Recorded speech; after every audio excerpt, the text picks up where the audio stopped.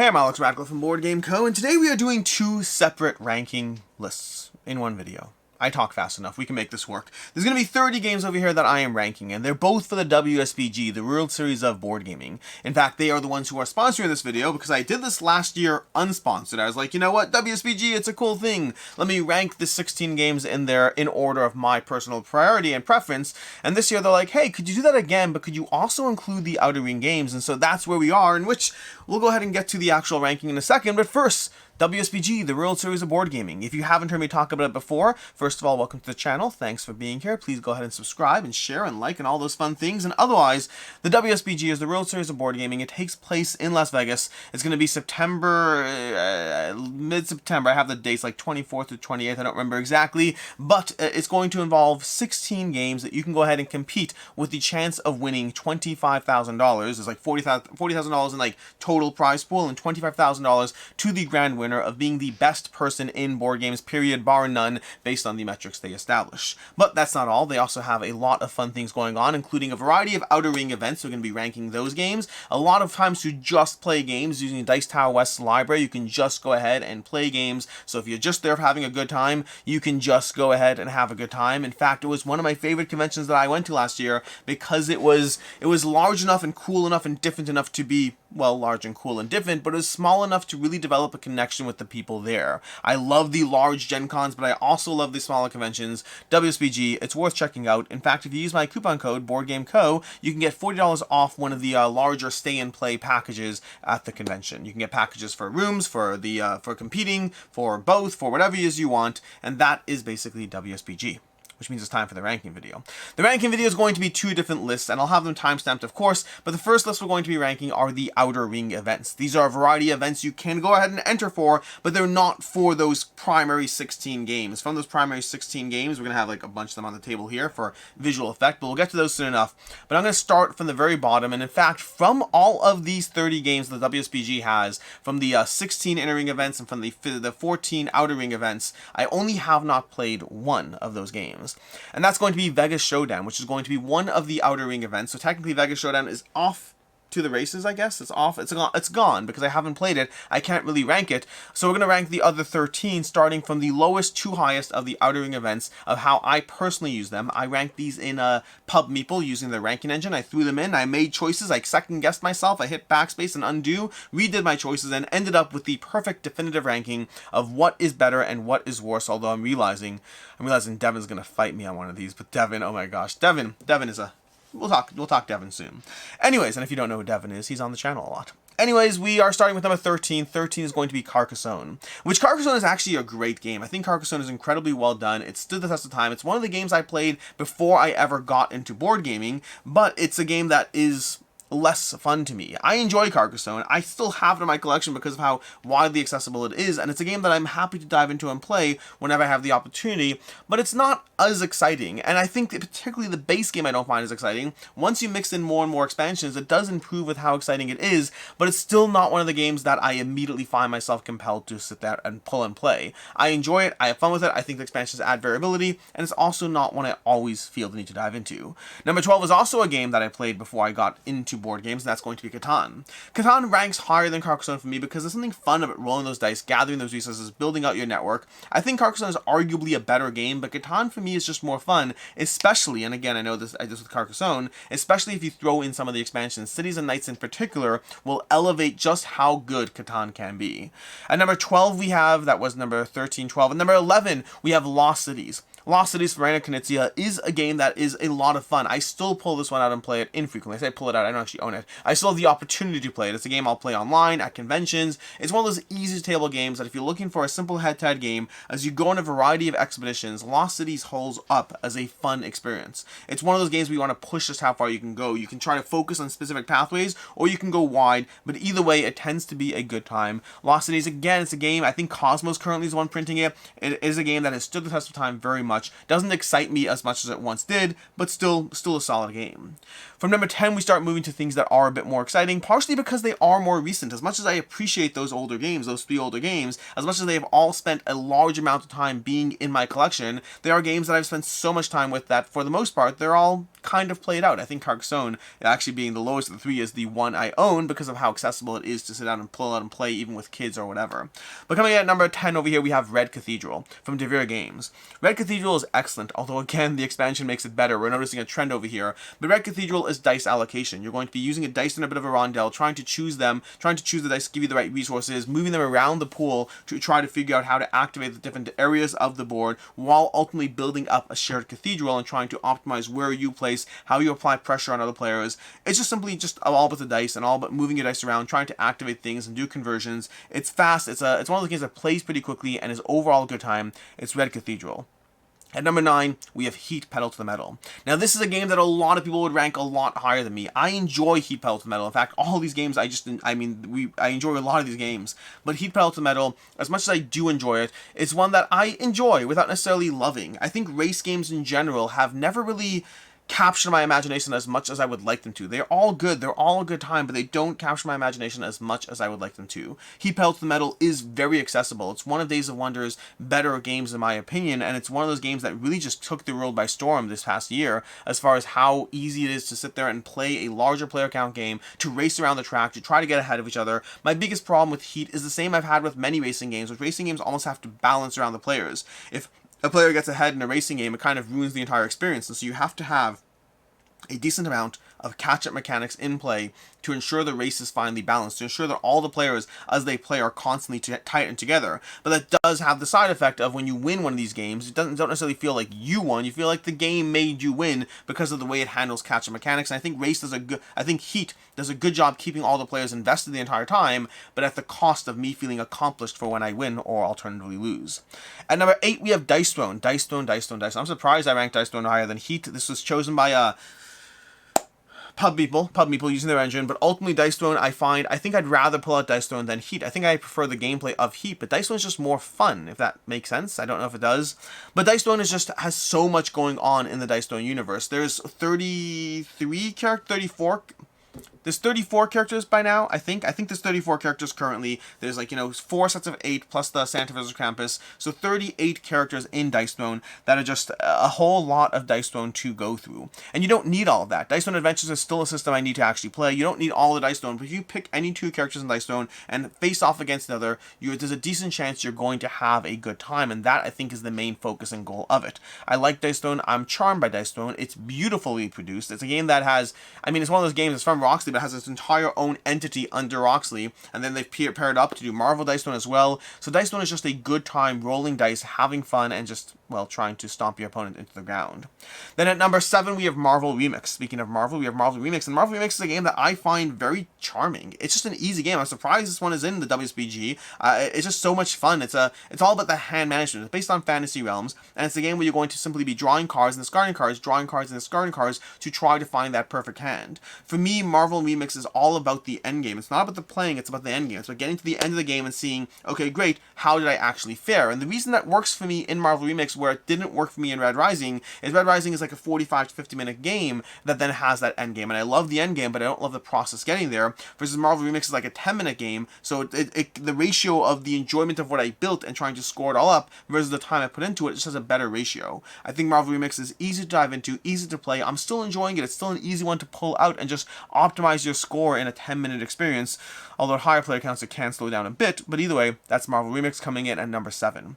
At number 6, we have Radlands. This is also from Roxley Games, and Radlands is excellent. Oh my gosh, Radlands is so good. If you're looking for, some of these games we've gone through on this list definitely have a larger component of luck to them. Carcassonne has a large component of luck, especially if you're not playing at a 2-player count. Catan for sure. Lost Cities is very skill-based. Red Cathedral, a decent mix of both. We have Heat Pedal to the Metal. You already heard my complaint on that. We have Dice Throne and Marvel Remix, different degrees of luck in there. But Radlands is one of the more strategic games over here in terms of managing your hand of cards, trying to figure out how you're going to play play your cards to move your pathway forward. I believe it was designed by an MTG player who was really into MTG and wanted a closed box experience that gave you that feel, and it very much does give me that feel. It's beautifully produced, plays amazingly well, and just as a fast game as far as you trying to build out your own competitive engine in this two-player head-to-head game. Radlands really blew me away. It's one that I didn't even like. I wasn't excited about it at first, but over time it did blow me away.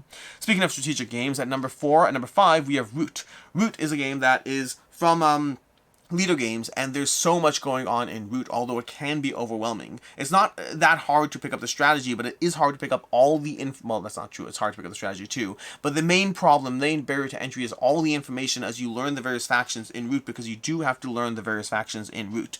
But ultimately, Root delivers an experience that once you get out of those first 4 factions, which for me, I find all the first 4 factions, you have certain parts you have to play, and I find the more you introduce other factions and mix it up, the more you end up with a very fluid experience that almost becomes about discovering the roles you have to play more than actually playing a part in and of its own right. Root's phenomenal, it's incredible, and I do not get to play it enough, but Root is my number 5 over here. My number 4 is Endless Winter, a game that has gone down a little bit for me since my initial hype and buzz around the game, but only a little bit. I still love Endless Winter. I think I was more disappointed in the expansions than the base game, but the base game of Endless Winter is just an overall good time. It's one of those games that has deck building and worker placement, and the table space is my other complaint. I think the table space is a big deal. It's a bit of a mess, but if you can deal with that, it's a good experience. It's a good game that has you vying for which different pathways you want to explore. Do you want to go all animals? Do you want to try to just get tons of cards into your deck? Those culture cards can be so satisfying if you can get away with playing one every single turn. The degree and speed at which you cycle your deck as you build up your monoliths. There's so much going on in Endless Winter. Beautifully produced, beautifully illustrated, and just a solid, beautiful game. Although it doesn't compete with my number 3, which is Blood Rage. Blood Rage, oh, Blood Rage. Blood Rage I've had in my collection for, I don't know actually, I don't know how long, but a long time. And Blood Rage is one of those games that I kind of avoided at first, and I don't know why. I remember reading an article on Miniature Market. There was an article comparing Blood Rage to Forbidden Stars, neither of which were games on my radar, and for some reason I was like, fine, let me get my hands on Blood Rage. And I got my hands on Blood Rage. I read the rules for Blood Rage, I played Blood Rage, I fell in love with Blood Rage. I have fallen a drop out of love with it since. At one point, for several years in a row, was my number 1 game of all time. I think I've played Blood Rage so much that opinion has gone down a bit for me, but it's still an excellent experience. An excellent experience that I'm always happy to play. That's not true. I'm not happy to play it on Board Game Arena. I don't think Board Game Arena I'm a huge fan of. I find the implementation of Blood Rage is lacking, shall we say. But either way, that's Blood Rage. My number 3 over here, which is surpassed by my number 2. This is where Devin would approve. My number 2 game of the 14 Outer Ring tournaments from WSBG is going to be Crokinole. You see, Devin loves Crokinole, and I love Crokinole, but I don't love Crokinole as much as Devin. But Crokinole is so delightfully good. The flicking of the pucks, discs, I don't even know what they're called. The flicking of the discs as you try to land those 20 shots, as you try to figure out how to, ideally at doubles. I like Crokinole at doubles best. It's so much fun to work with your teammate to knock each other's discs, not each other's, to knock your opponent's discs off the board. It is satisfying. It's just a dexterity game. It's a flicking dexterity game. I don't even know why it's a board game, but it is a board game, and it's a delightfully good board game. I love Crokinole. I love my Tracy board. The sleekness, the smoothness. Crokinole's a good game. I'm just happy with Crokinole. Although my number 1, and this is where Devin will lose his mind, is Lost Ruins of Arnak. Not only to be beaten, but not only does something beat Crokinole to begin with, but the fact that Lost Ruins of Arnak beat Crokinole, but it does beat Crokinole for me. It's hard to say at any given point. I said at any given point I'd probably pick Crokinole, but I play Lost Ruins of Arnak more. I've played Crokinole, I don't know, 40, 50 times. I've played Lost Ruins of Arnak like 70 or 80 times. It's so good. And the newest expansion just came out, The Missing Expedition, which turns it into a cooperative or solo puzzle as you go through it. But I really like the Lost Ruins of Arnak. It's so satisfying. It's just a good game and a good time, and I'm a big fan of the game. I recommend the game. I recommend all the expansions, particularly the Missing Leaders or Expedition Leaders. It's the Missing Expedition and Expedition Leaders. Yeah, the Expedition Leaders are phenomenal, and the Missing Expedition is another fun way to approach the game. I don't yet know if it would or won't be my favorite. I don't think it will. I think competitive is still my go-to, but Lost Ruins of Arnak is just excellent. We're making good time now, which means it's time to dive into the other 16. The main 16 games in WSBG ranked from least to most highest, and yes, the most, well, I was going to say yes, I was going to spoil something, I'm not going to spoil something.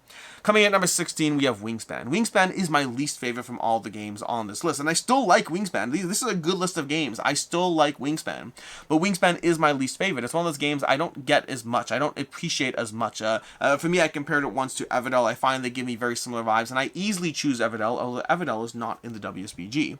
But we do have at number 15, we have Ark Nova, a game that I think I'm ready to get rid of. I don't know, I should play it more. I haven't felt the love for Ark Nova yet. I haven't fully grokked everything going on in it. I've played it once or twice, I think twice. I played it twice, and I'm okay with Ark Nova, but I do not feel the love for it. I appreciate the nuance and the complexity more so than Wingspan, which is why it's here, and I still have that sense of discovery that I want. And it's a game that people love. I think I'm okay with Ark Nova. I don't know why. I should give it more time because there are two, as usual, when you compare games, there's two camps. There are people who are like, Ark Nova and Terraforming Mars, of course you can compare them. And there are people like, I don't get why these games are comparable. I get why they're comparable, but I don't feel at all the same way about them. So I want to play Ark Nova more. I want to see where it lands for me. I'm not yet ready to get rid of it, but we'll see what happens. I like it. And getting rid of it is not a critique of the game. It's just that I think other games in that weight class are more satisfying to me. Although if you shift weight classes vastly, at number 14 we have Splendor. Splendor's a game that I think the WSBG ruined Splendor for me. I used to like Splendor, and now I like Splendor Duel. The problem is I used to like Splendor because I thought Splendor was a tableau building game. Turns out when you play Splendor competitively, the goal is to have 3 gems, and the rest of the time you're just collecting gems and trading them in. The economy of the game is not at all what I thought it was, and that doesn't take away from the strategy of the game, but it means that it's one of those games that playing it strategically versus playing it, I guess, thematically or the way I would play it, are so different. If I play to build up a tableau, and you only have 3 cards in your tableau and simply just trade in gems the whole time, you'll probably win, which is not the game I thought Splendor was, which bothers me so much. But I still have fun playing Splendor, I just don't play it with people who are playing it competitively anymore, because that's not why I'm trying to play the game, which is weird. It's just that I think I recognize the strategic elements of Splendor regardless, but when you play it strategically, it's not the game I want to play. When you play it for fun, it's the game I want to play. Hopefully that makes sense. But Splendor's still ranked above Ark Nova, which is surprising to me, but possibly because the mental energy involved in playing it, I don't know. At number 13, we have Acquire. We have the new version from Renegade Games over here. Acquire is an excellent game. I commented on this last year in WSBG, and Acquire is just well done as far as a game that holds its own while still being 60 years old. Acquire is just... it's good. It's not the best game ever. It's really not. I think there are other games that have replaced Acquire for me, but the degree to what it holds up, being a 60-year-old game, the cleanliness of the design, the strategy involved in forming your hotels, and the mergers and acquisitions that break down, Acquire is a good game if you want something that plays in around 90 minutes, gives you a good degree of strategy, a low degree of rules, and just grows with you as players. If you play this game a lot with the same group, you'll find that you'll evolve with the players as you play through it, because it is a strategic engine to play through. At number 12, we have Great Western Trail. Great Western Trail, which I currently have the Argentina version. I plan on diving into that, but I don't have the rest of the Great Western Trails right now. But Great Western Trail is a game I've played several times, I think 5 or 6 times perhaps, trying to find exactly how I feel about it. And it is a game that I very much appreciate, but it does fall into that class of Euro games where I think I want a slightly more different experience than what I get. I enjoy Great Western Trail. I still appreciate it. Still have fun with it. I'm very intrigued to try Argentina. I think the newest one just landed. I don't remember the name of it. There's Great Western Trail Argentina, and then the newest one, whatever it is. But either way, it's a game from Alexander Pfister. It's a game from Alexander Pfister, and it's a well-done game, and Great Western Trail is my number 12. Coming in at number 11, we have Azul. Azul is weirdly, Azul is specific to me, because I love Azul at 2 players, and anything more than 2 players, I don't love Azul quite as much. You see, Azul, to me, that's very cutthroat at 2 players. It becomes as much about how I can hurt you and punish you with points, as much as it is about what I do, and it totally changes the game to work on multiple levels, where I find as a 3 or 4 player game, it's more about what you're doing, and it takes away from the experience for me. But Azul is a tactical, abstract strategy game, which you're grabbing these various tiles to create these glass windows as you draft tiles from these little factory rondelles. The game is all about trying to figure out how to build out your board, how to score your puzzle, how to leave your opponent in a 2-player game with pieces that will hurt their score. I think Azul is incredibly mean, incredibly cutthroat, but for me personally, the ranking on this list is based on it being a 2-player game. Speaking of 2-player games, we have the first 2-player game in the Inner Ring tournaments, which is this year is Patchwork. Last year there were no 2-player games. They're experimenting. They have Patchwork as a 2-player game, and it ranks as my number 10 pick over here. Patchwork is easy to play. Again, it's one of those games you have to figure out the economy of the game. How good is the game? How good at you are figuring out when do you need buttons? When do you need, larger pieces? When is that perfect small piece worth it to fill in your grid? Trying to figure out exactly how to build out your grid in Patchwork. It's one of the first games that popularized polyominoes in games, and it's still around for a reason. It's still one of those games that has 17 versions of it at this point, and just overall a solid game, 2-player polyomino experience. At number 9, we have Ticket to Ride. Ticket to Ride, which I've just played Ticket to Ride Legacy. I really enjoyed that. Only 1 play. I need to play it more. But Ticket to Ride is a game that still holds up. It's a game that plays well at 2, at 3, at 4 players. it starts to get a little, I think it plays more than 4, but it starts to get more crowded at that point. But Ticket to Ride is just easy to play, it's easier to table, it's easy to learn, but it is strategically cutthroat trying to decide what to do, especially at higher player counts. You can get a lot more done in a smaller player count game, but at higher player counts where every single route is going to start closing off around you as you place trains onto the board, it's surprising to me that it ranks this high, but I just still have fun playing Ticket to Ride. It's not one of those games I feel the need to own 17,000 versions of it, but I do have a version in my collection currently, and it's one of those games that I'm always intrigued by the new versions as they come out, and Ticket to Ride Legacy may well breathe new life into the game for me, so we'll see it with that. But overall, Ticket to Ride, still a great game. And number 8, we have Gaia Project, which is a weird one for me, and one that I've been frustrated with. See, Gaia Project is in the Terra Mystica line, and I appreciate Gaia Project so much in terms of what it does, but it's one of those games that I think the time it takes to play and the mental gymnastics and jumping to play it, I think I like it, but I don't love it. It's kind of in the middle for me. But I like Gaia Project. It is, like I said, the enhanced Terra Mystica. Now they have Age of Innovation, which is the new one they have, but Gaia Project has you going up multiple research tracks in space as you dance as you dance around the various planets, trying to terraform, pay in different terraform ratings to put your own various buildings onto these planets, building up, I don't remember the names of the various things, the factories, the power stations, but you have different economies. You're trying to build these buildings and then upgrade them to different areas, upgrade them to your main building that gives you your own unique faction. There's like 16 unique factions in the game. There's a ton of different scoring bonuses in the play. There's all this whole different tech track and all these bonuses you get as well. It is chock full of bonuses after bonuses after bonuses as you try to manage an incredibly tight economy across 6 rounds of play. It is both delightfully satisfying, and I'm definitely incompetent at playing it because there's just so much going on. At number 7, we have Ra. Ra is simple and elegant. Another Reina Knizia title. So we have Lost Cities in the outer ring, and in the inner ring we have Ra from Reina Knizia. One of his best games in my opinion. Tiger King Freddy's might be his best game, but it's hard to say for sure.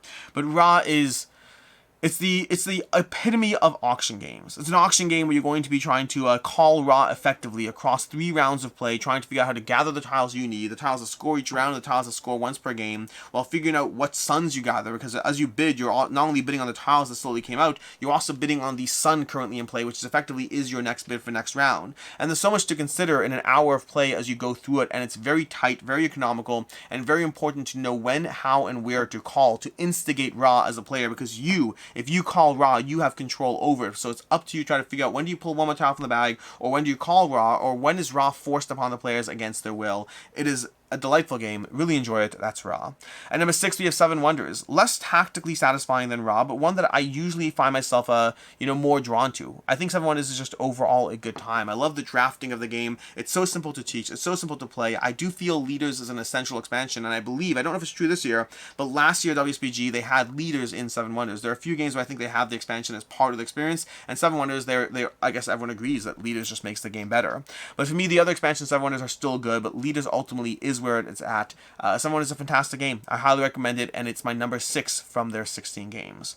Coming at number 5, we have Brass Lancashire, I think Brass Lancashire. They have Brass Birmingham. I always forget which one. Brass Birmingham is the one that is in the WSBG. I'm 99% sure. But anyway, Brass Birmingham over here is one of the better Euro games. Speaking of games like let's say for example Ark Nova or Great Western Trail or Gaia Project that all have a degree of mental load.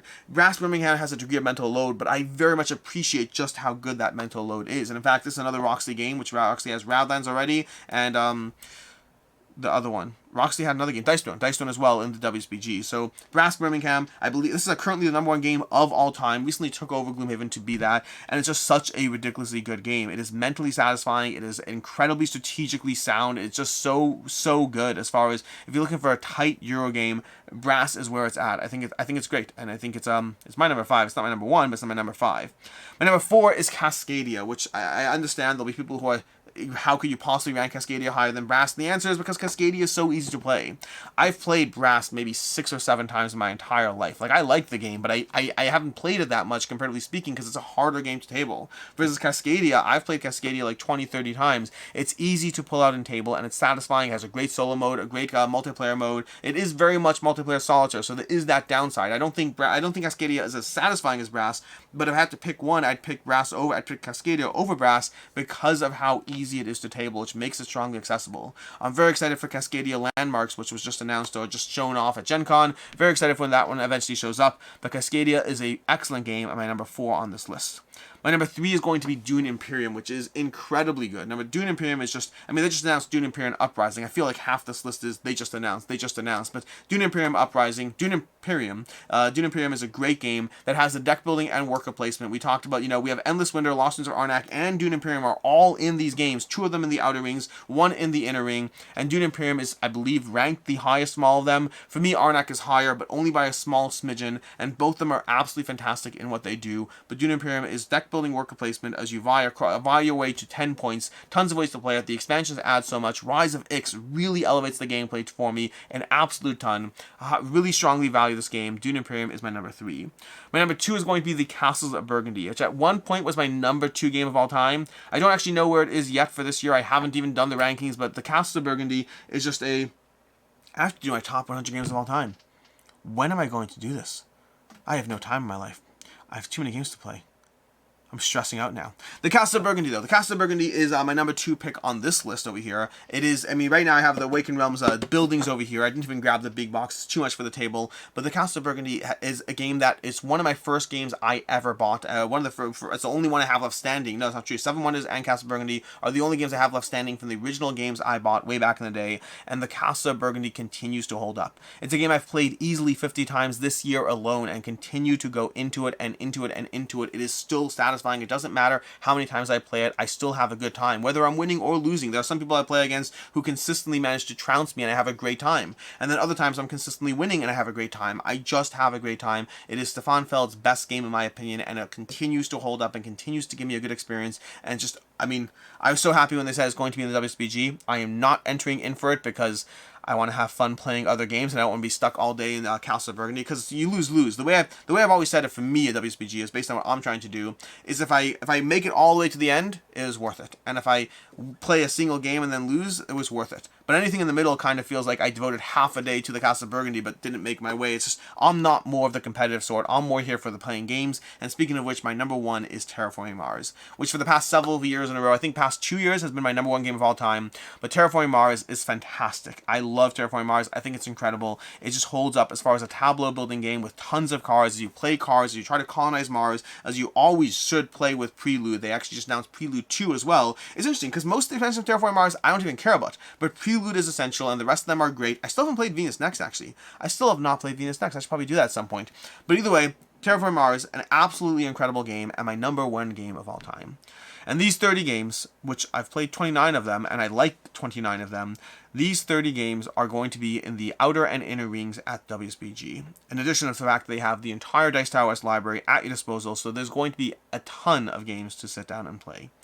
But that's my ranking. Let me know which ones you prefer. Let me know what your favorite games from each of these lists are. Let me know if you're planning on entering in any of these games for the competition, or alternatively, if you're going to go to WSBG for nothing else but to just hang out and have a good time, because that is also going to happen. And until next time, I'm Alex Radcliffe from Board Game Co. I hope you enjoyed this video, and as always, I hope you have a good one.